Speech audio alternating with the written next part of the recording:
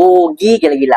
Hasil konsisten menabung emas di akaun Gap telah buka lembaran baru dalam kehidupan pasangan tu. Impian Encik Fikri dan isteri untuk membuka sebuah kedai serim di pun akhirnya dimabulkan oleh Allah SWT.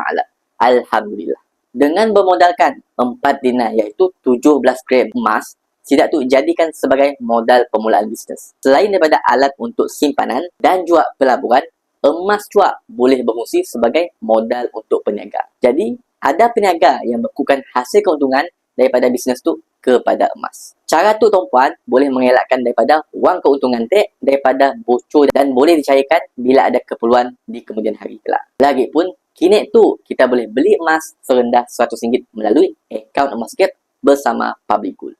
Rugi gila-gila. Tuan-puan yang berniaga si manfaatkan kelebihan tu. Tuan-puan boleh kawal diimpun simpanan emas di akaun emas Gap dengan sangat mudah.